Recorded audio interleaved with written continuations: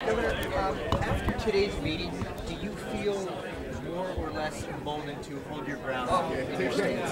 Well, I feel emboldened to hold my ground from all the support I've received around Minnesota. At the same time, I want to get this resolved as quickly as possible in the best interest of all the people of Minnesota. That's why I agreed with Representative Gottwald's invitation to come up here and negotiate here in St. Cloud.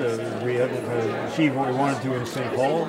And my one condition was I've been waiting a week for the Republicans to make a counter proposal. I'm told it's almost completed. I'd like to get that in writing so that I know what it is I'm negotiating about. And as soon as that's made available, I'll be glad to meet here in St. Cloud if that's what the Republican leaders would agree to. Does this strengthen your stance hearing? So this is a reminder of what's at stake for children with special needs. 129,000 school children around Minnesota who have a need for special education and would experience cuts in the Republican budget proposal. And that's why Commissioner Cassellius and I are here today, and it's certainly affirming to hear from those who are making do with even less money already and with increasing numbers of children with special needs. And then to find out that they would be cut even further is really just unacceptable. What we're being told is that even though there's a base year increase in special ed, it doesn't cover the needs of the new students coming into the system. Is that how you understand it? Yes, that they've artificially reduced by more than half the increased projection for the number of students, and then the next biennium they take it back up to the 4.3%. That it really is. So they're acknowledging themselves. It's just an artificial device to bring down the cost. But as the school district said here today, if they get the same amount of money and they have more children, that's effectively a cut. And that's what they've been experiencing in recent years. Of all the issues in the budget, why start with this issue in this town today? Well, it's a good place to start, and it's a really important issue. And I said is near and dear to my heart from my life experience with a nephew who's struggled with this special needs, my sister, so it's a good place to start. Governor, are you concerned at all that you may be losing the PR war on this whole issue? I don't think this is about a PR war. This is about what's right for the people of Minnesota, and I want to get this done, and there's plenty of reasons to do so that have to do with what is best for the people of the state, and that's what I'm emphasizing here today and as I go around the state the rest of this week, unless we get the agreement to come back here and sooner than that, which would be great.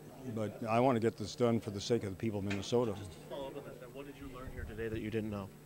Well, I learned how the school districts such as St. Cloud is the same level of funding for special education, $26 million, as they spent 7 years ago, and they're dealing with twice as many children. I learned that the number of English learning children in the St. Cloud School District in the last decade has increased by over 300%. So it reinforces that the schools are dealing with more children from varied backgrounds who have greater needs.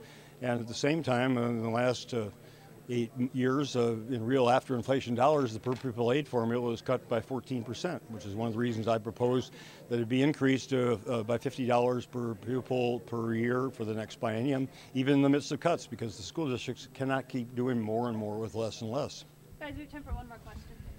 Any anticipation of when that offer might come and any word on talks? I know you spoke with Senator Cook this morning, correct? What's the plan moving forward? Any thoughts? Well, I said to her I would like to get their proposal, and that I'm available to meet with her and the speaker this afternoon. I assume St.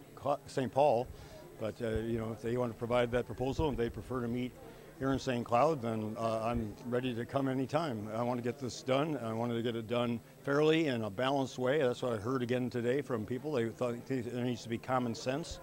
There needs to be a balanced approach that involves cutting spending, and I proposed over $2 billion in spending cuts, as well as increased revenues. And I think the fairest way to get revenues is from asking the wealthiest Minnesotans to pay a little more in taxes so that children with special needs don't have to be denied services. And that's what's at stake, and that's a Minnesota value.